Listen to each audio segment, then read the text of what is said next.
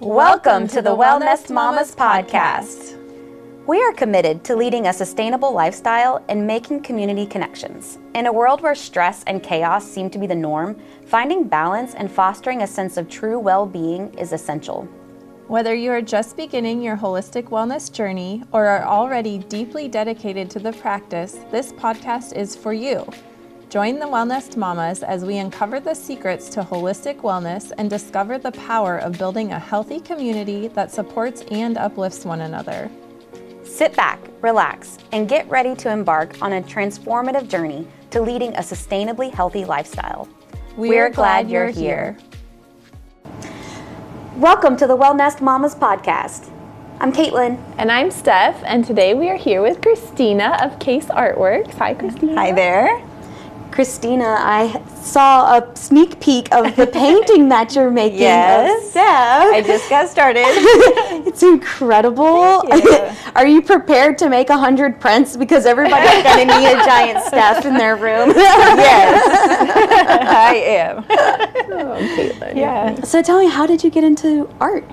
So I've been doing art since I was a child, probably like 5 years old. I started doing art. And I grew up, I became an art teacher. So that was my profession for several years. After that, I ended up getting divorced and moving to Arkansas. And I could not find an art job in this area. So I started my own business, and I ran an online business for 12 years. Wow. Yeah, and so during the pandemic, well, right before the pandemic, I had a baby. And after that, I pretty much was burnt out on my online job. And I had been doing a little bit of art, like family members always ask you to do stuff for them, you know. And so I had been still dabbling, always dabbling in it. And whenever I got burnt out on my online job, I was like, okay, you know, it's now or never. Like, am I going to go for it? Am I going to try this? Obviously, financially, you're like, but my husband's like, okay, we can do it. And so I was like, it might be a couple of years before I'm like making money to contribute. And he's like, we'll just, you know, tighten things up and go for it. So at the beginning of 2022, I just started getting back into just like creating art and seeing where I was, because it had been a little while since I had like created a body of work. And so I just got back into it, and boom, I was right there again. Like, it was like I had never stopped. And so I picked up a few new things I had never done. Like, I'd never oil painted before. Oh, wow. And so I was like Googling on YouTube, watching videos, because I have the basic drawing skills. I'd always had that. But so yeah, I just dove in. I just started painting like crazy and started doing commission work for people in the community, mostly starting there. And things have just evolved, and now I'm like, this is what I'm doing now. So yeah, it kind of evolved like that. That's awesome. Professional artist. Yes. I at the first I was like, I don't know. But probably about 9 months in, I was making money, and I was like, okay, now I'm going to start calling myself an artist. So, awesome. yeah. That's too funny. And you know, it shouldn't take that long. You can call yourself an artist, even if it's just like, I would say I've always called myself an artist, but like a professional, right? Like, I'm actually making money now, yes, and so you that's feel a big little more distinction. legit. Yeah. So tell me, what kind of commission pieces people are generally requesting? So, of course, pet portraits. People love pet portraits, and there are quite a few artists in the area that do pet portraits. So I was like, I don't even know if like another pet portrait artist is needed in the area. But I have been so busy with pet portraits, and I do chalk pastels, my most popular. I do all the things, but that is probably my most popular pet portrait, and I don't really see anyone else in this location doing it with the chalk pastel. So that's a huge thing, and that's pretty much what I support myself on.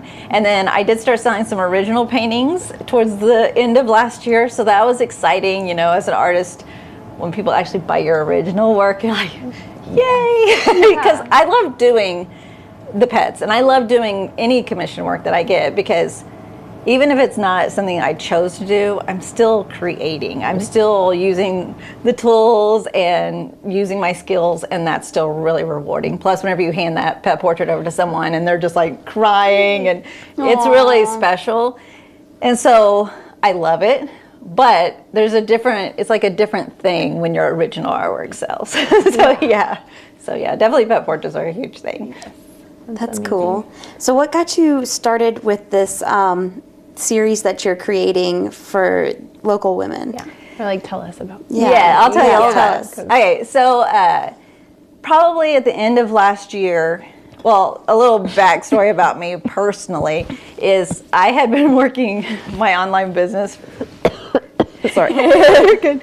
Everybody has lungs and Everybody has a dysfunction. We all have an esophageal problem. Yeah. Right, you said you were going to be dry and over here choking. All right. Okay. Clapperboard. So let me go back to kind of a little bit about myself. Whenever I was doing my online business, I was working alone. And I have always tended to be a loner and kind of introverted, but I would say that working alone for 10 years kind of amplifies that. And then you go into a pandemic and you have a baby and like all these things kind of make you even feel a little more separated. And so whenever I was getting out into the art world, I was meeting so many artists and kind of building that community of kind of getting to know people, and getting to know new people face to face causes me to have a lot of anxiety. And because I do tend to keep to myself, I know that people want to buy your art whenever they connect with you. And if you aren't willing to put yourself out there, then it's going to be real hard to connect. And so I also find the value of supporting women, and really, I feel like there's a big shift right now happening with women. I came from a very oppressive background, and so to look around our community and see so many women supporting each other and trying to help each other and uplift each other, it was just came to me like, how can I be more involved in a community that's not just artists? Because that's where I'm comfortable. I'm like, hi, other art person. But like outside of that bubble, I was having a hard time getting to know people and putting myself out there. And I have to kind of force myself. And so I was thinking, and I was like, and it's really weird, like my idea brain, how it works. But I went to a yard sale of an artist. He was retiring, and I bought these panels, and there were 12 panels in like great big panels in the box. And I had them, and I hadn't done anything with them yet. And then I was trying to think of ideas, and then I was like, oh, I could use those panels. There's 12. I could do one painting a month on these panels. And I was like, well, what am I going to paint? And I was like, I should connect this to forcing myself out into the community. And so that's whenever I kind of evolved all my ideas, like baby step to a thing. And so I baby stepped to the idea of, it would be really cool to connect with the women in our community, because I have met a couple of them that are really inspiring to me. Like my January muse is what I'm calling, is Sammy Laney, and she's just, I had met her. She didn't know me, but I knew her. And so like I would go shop in her thrift store and stuff, and like her cause and everything was just really inspiring. And so whenever I started the project, I knew immediately she would be one of the people, because I had from afar already been admiring her.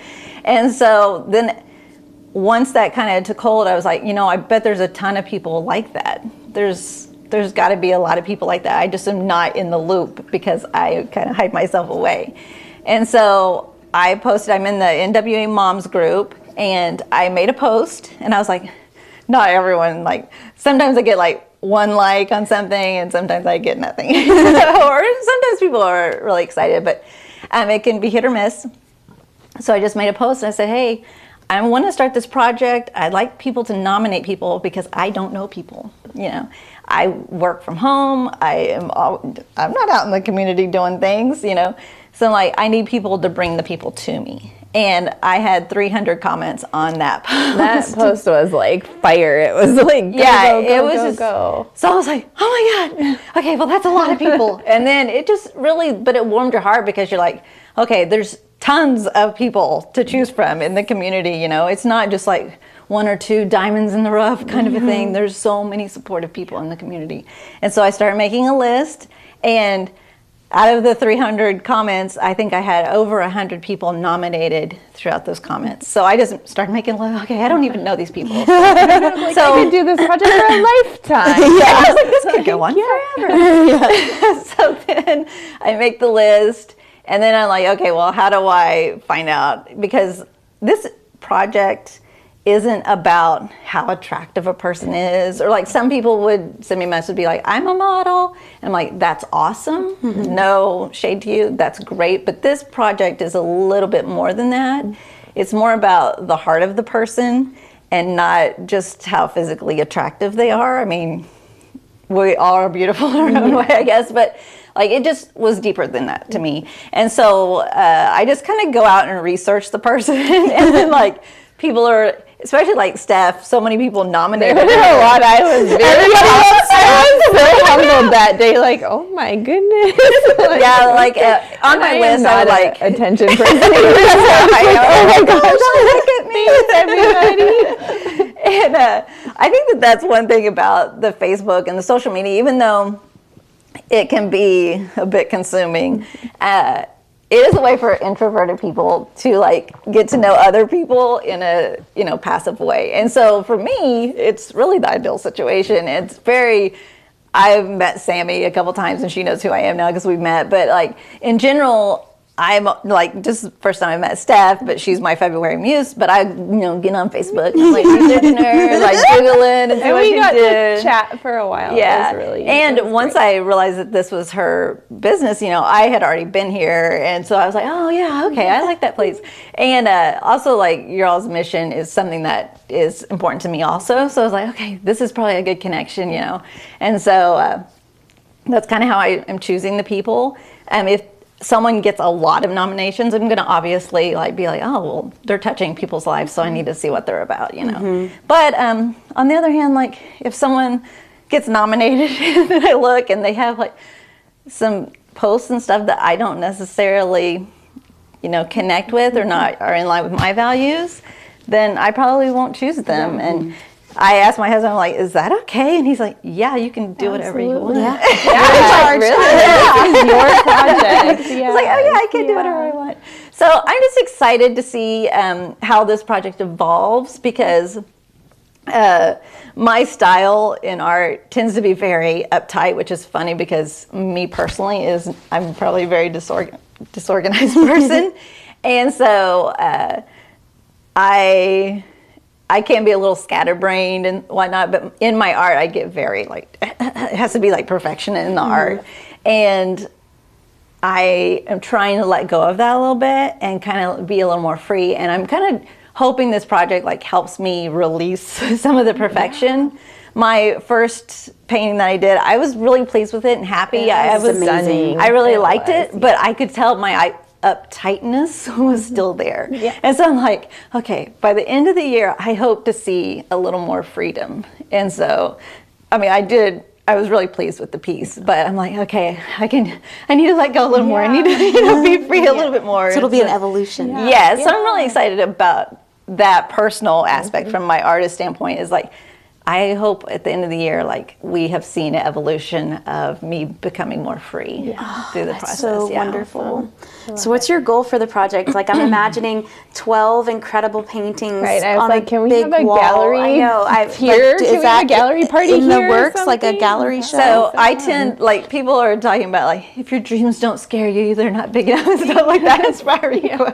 But I tend to, like, baby step towards things. And so when I first came up with the project, I was like, okay, I'll do this project. And then I was like, okay, well, what am I going to do with 12 pieces of art at the end? And then, you know, so I'm always evolving. And my ideas, like, are little baby steps out until they keep getting bigger and bigger.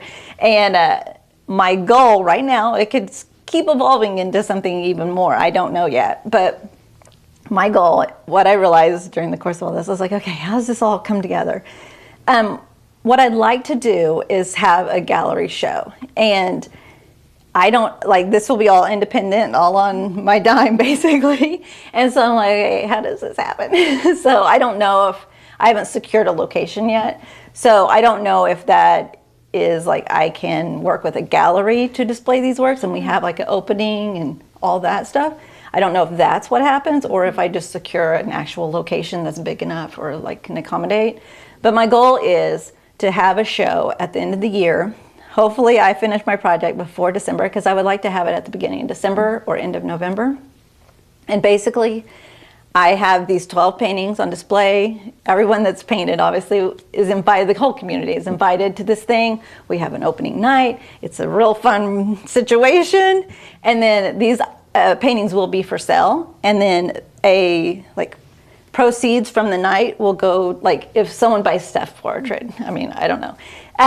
Then whatever percentage I decide on will go to whatever cause she would like. Oh, that's amazing. So like, So cool. I love that. yeah, so it'll be kind of, it's not a fundraiser for me. Right. Like this, I mean, I'm going to sell it. I'm going to make a little bit of money for my time and efforts, but it's going to be focused on, I want to get as much money out to whatever causes the people that I'm painting are inspired by. So, I mean, obviously, Sammy, she does foster care work. Yeah, Sammy, she owns and runs the Deb Project. Right. And they have a thrift store. Yes. And Their cause is helping foster families and children have what they need. I mean, she does so many things, but it's all around the foster care system. And her story is really inspiring about what got her into that and everything. But like, if someone comes in and wants to buy Sammy's painting, then whatever the percentage is, I'm sure Sammy would want that to go to foster care. And so I'll donate that portion in her name to the foster care system or whatever she wants it to go to. So that's my goal. I love that. So there should be hopefully 12 paintings get sold on opening night, and whatever percentage that is, like, a bunch of money goes out, and so it can support some people in the community also. So that's That my is goal. such an incredible goal. I would love to help make that magic I know, I'm happen. like, let's dream big. Let's get Crystal Bridges their big haul, and we'll do that. I don't really think of Crystal Bridges as being accessible to me as a small-time artist, but they do have display areas. They have that hall. That's a good idea. Amazing.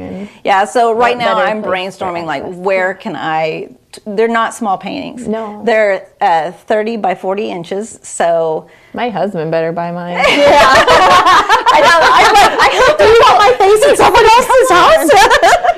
Well, I hope that the people who I'm painting don't feel like obligated to buy their piece, like. But I think that there is a bit of inspiration in just having an image of a powerful woman, you know? Yeah, exactly. And I mean, if you get on Pinterest or anywhere, you'll see people. As an artist, I'm like, why would someone buy a painting of another person? But they do all the time. I know people, there's an artist that I love who does kind of the abstract, but she does women and they're abstracted, and a lot of times they have like flowers over their faces and stuff. And I don't know that person, but she's selling all those paintings. Like, she is a very successful artist, and like, the people who are buying those don't know who that person is. They're just inspired by the strong woman, the whatever motif is around her. But so that's kind of where what I'm thinking is, like, there's no pressure for the person who I'm painting to purchase the painting. And it's more about, like, a powerful painting of a woman, whatever the situation may be. I'm so excited to see all of them and see all of them together, like, that evolution. Well, I feel like whenever I get them all together, I'll probably just be like crying. I'll be so proud of myself, honestly. I mean, those are big paintings, and to produce one a month, plus actually try to make a living, because like right now I'm just not getting paid to do this or anything. Like, this is a personal project for me, and one that I'm hoping that can help me connect with other women in the community, and that is the payment I'm getting for it. So, like, okay, that's what I have to focus on, is that's what I'm doing, but it takes a lot of time to paint something that large, and so I'm just really trying to, like, spend my time wisely and like stay organized, which is not my strong suit. So yeah. That's really cool. So that's the goal.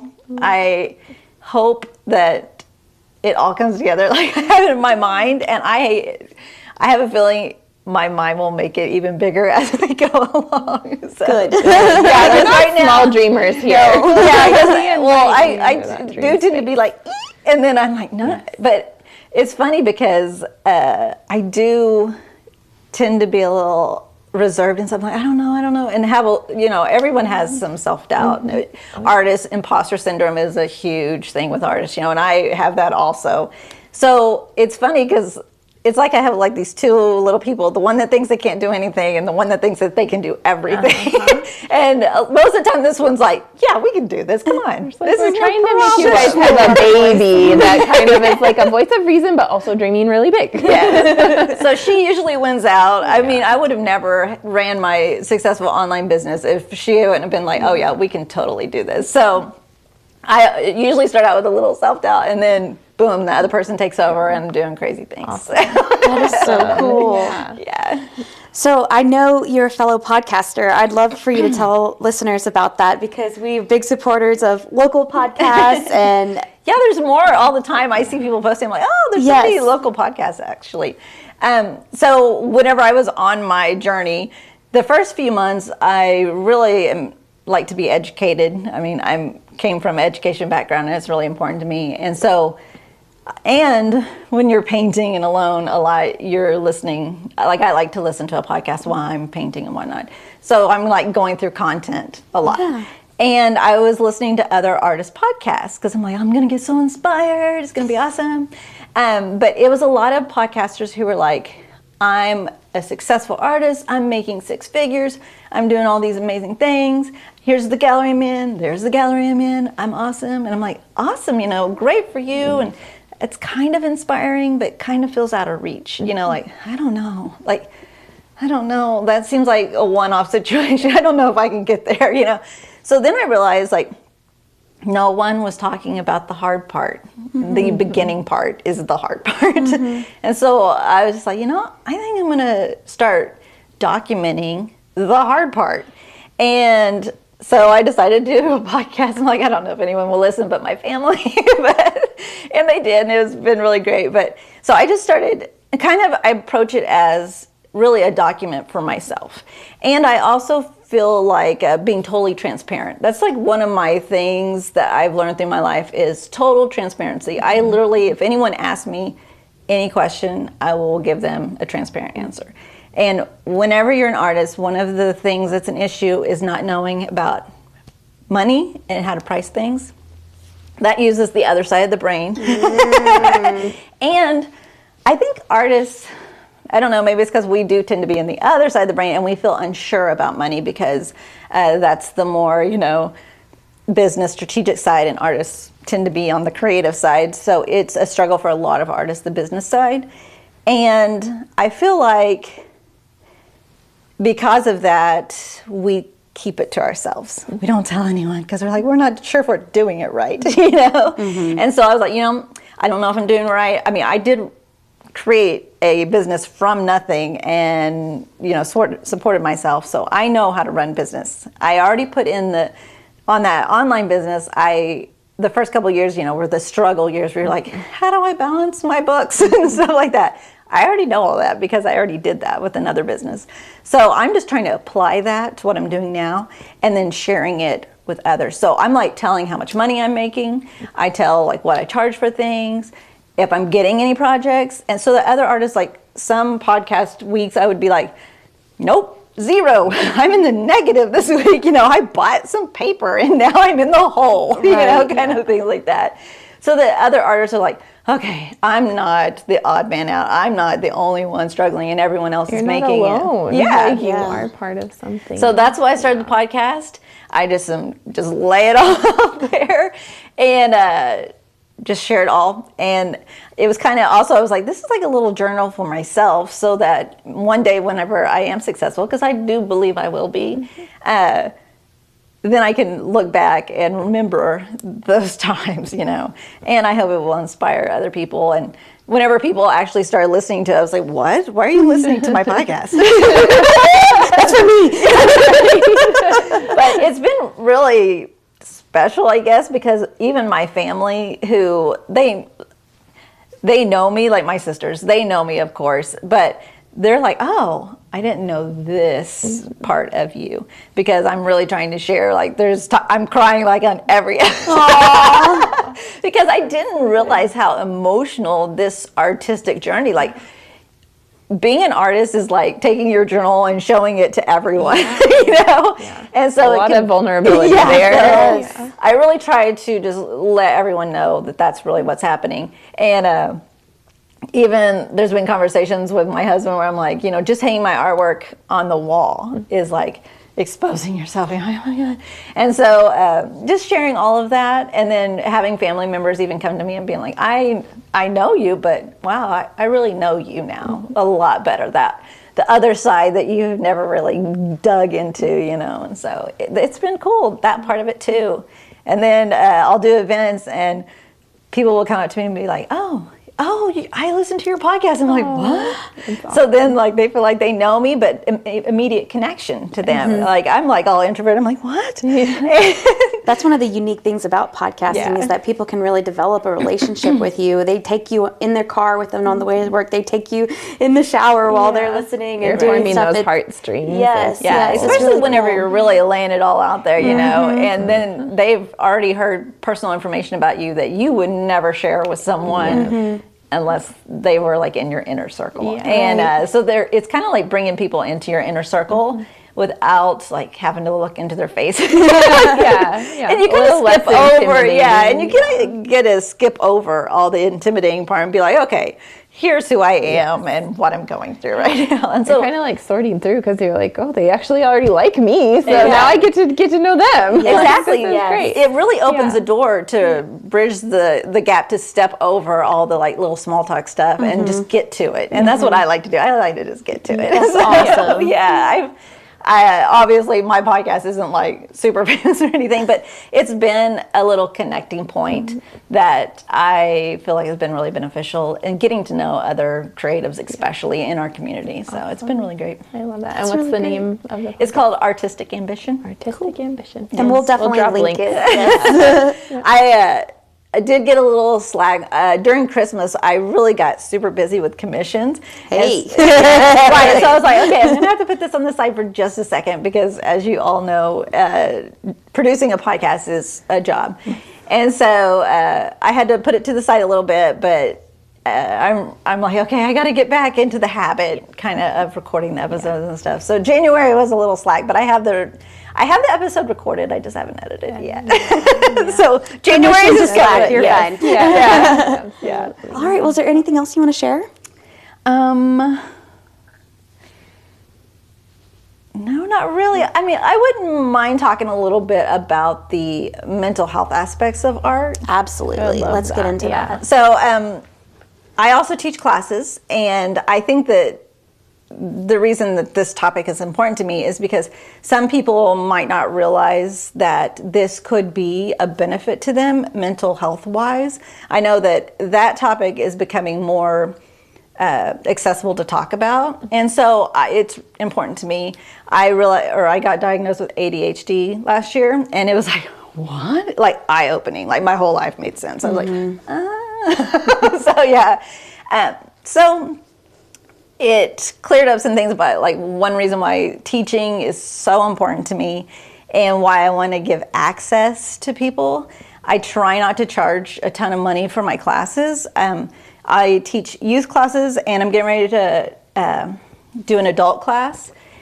And because I don't know if it's because I'm an artist or a teacher or what the thing is, but I do like to teach people the ins and outs of art, like the actual way to become better at art. We don't just do like a project or something. It's more like skill based, I guess I'd call it. Not paint by numbers. Right. Yeah. So I'm like actually I personally believe that anyone can be an artist. Everyone's like, I can't draw. Well, there's lots of different art, but aside from that, I do think you can draw. So if you saw it through my eyes the way I draw, then you would understand that it's not what you think it is. And so that's kind of how I approach it. And I am really excited to start offering like an adult class for people who want to do it. But the way I link this to the mental health aspect is I've done research about, artists and what they do and everything. And artists use the right side of their brain, which is the emotional creative.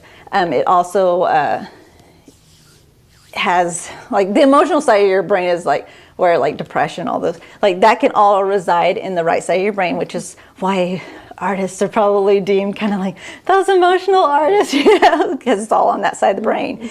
And, numbers and all the stuff is usually in the left side of the brain. And so one of the reasons that art is therapeutic, and there's actually art therapy, is because it takes your brain from that emotional, unregulated side, and it helps you focus on the moment right then. Instead of like worrying about the past or the future, you come into the moment. You shift your brain into a moment in time. Can't really focus on all the other stuff. It becomes a meditative thing, and that's one thing I've realized during the last year or so of doing this is like whenever I start doing art, I go into more of a meditative state because you focus your energy onto one thing. That's why like exercise works, yoga, all those things, because they bring you into focus in the moment. And so I would encourage anyone who struggles with ADHD or depression or any mental health things or are just neurodivergent, maybe look at art as an outlet to support you, because I think that you might think that I'm not good at art, so it's not a thing I can use. Well, you don't have to be, Picasso, but there's value. Yes, there's still a lot of value. You don't have to become a professional artist to enjoy the meditative state that happens when you are doing art. And I don't know if people realize that a lot of artists are shifting into a different mindset. Like whenever I go into art, all of the chatter is silence. Like any worries I have, gone. Yeah. Like I'm painting, I'm drawing. Everything is silenced and I'm in the moment. And so that's one reason why the education portion is so important to me, because I want people to know that, hey, I'll teach you how to kind of get started to do this, and you can take it however far you want. But it can really benefit your life, not just, thinking that you're going to become an artist not or just whatever. Making pretty pictures. Exactly. Like you can use this as a tool, like exercise as a tool. So tool to get into the flow. Yes. Yeah, exactly. That's really and that's cool. what they call it most of the time, is like getting into the flow. But to me, it's more like becoming getting into a meditative state. Yeah. So That's so cool. That's awesome. So it's a different way to Where think do you about do it. classes at? So one of my goals, well, it didn't start as my goal. I've been doing art on my kitchen table from the beginning. I was like, but I have a little 3-year-old. But he's been pretty good about the art. But I didn't know if I'd be able to afford a space. And I guess I've been there about 4 months now. So like 4 months ago, I was like, okay, I think I can afford like the cheapest spot in the entire Northwest Arkansas. And I was able to secure a place off of Moberly. It's in a little office complex there. It's very small. It's like an office space, but I've turned it into my studio. And so I have little classes right there. And yeah, I mean, it's tight. So I'm not doing huge classes or anything. But I also do go to other places and do events for people. I'll do like team building. I have for realtors before, where they're like, hey, all my realtors were gonna, and I'll go to their office and I just bring all the supplies and we do a project all together, just kind of like a little team building thing. And so I also offer that. So for bigger groups, I usually go off of location, but for my small groups, I do it in my studio. Yeah. Perfect. Yeah. Okay. So if anyone wants to take a class or have something commissioned, how can they reach you? Do you have a website or social media? My website is caseartworks.com. You can follow me on Instagram at caseartworks. I'm pretty much trying to be consistent. It's caseartworks everywhere. And then also, they can just message me on Facebook. Honestly, like probably 75% of my contact comes from Facebook. People just message me and they're like, hey, will you do this? Like everyone's always like, can you do this? Yeah. Yes, whatever it is. Like that's one thing that I do think separates me from some other artists is that because of my background in teaching, I know a lot of different mediums. Like I know how to use a lot of different mediums, and yeah, so I can teach those and I can do those. So people are always like, I don't know if you can paint this one thing. I'm like, yeah, I probably can. I'll try. Yeah, I can. If I can draw it, which if you know how to draw, you know how to draw no matter what medium you're using. So I'm like, I can probably draw it and then I'll paint it whatever you want because I've just have practiced all the things or so most cool. all of the things. And if I haven't, I've probably researched it. So, so yeah. Thank you so much. Yeah, thank you for inviting me. I can't wait to see your final masterpiece, Yes. and I definitely want to be All of invited to them. your gallery show. Everyone's going to be invited, Yes. so there'll be, I'm sure, personal invites out to the muses, but definitely it will be. I'll be letting everyone know where that location is going to be once it's secured, and I'm going to try. I am a procrastinator, so I'm like telling my husband that I want to go ahead and get that place secured because there's a lot of paintings, so I have to have kind of a larger space, and people are going to need to know a little ahead of time, and I don't need to wait till the last minute like I normally do. So yeah, as soon as I know that information, I get it secured, I'm going to start letting people know so that they understand what's getting ready to happen. And yeah, so I'm really excited about it, and I'm excited to see what happens with it. Well, we're excited for you. Yeah. And Steph's portrait, I love it so far. We'll have to share the final piece Yes. once it's finished. yeah. And I've been sharing all the like sneak peeks and checking in. I'm like, check it out, this is so cool. Yeah. And sometimes I'm worried, like, okay, am I gonna have 12 different ideas? But as soon as I talk to Steph, the ideas immediately, I'm like, yeah. That's so So cool. I tend to be an idea machine, so I don't think I'll run out of ideas. So awesome. Yeah. Thank you. So thank you for inviting me. I really appreciate it. You're welcome. Thank you. Bye, guys.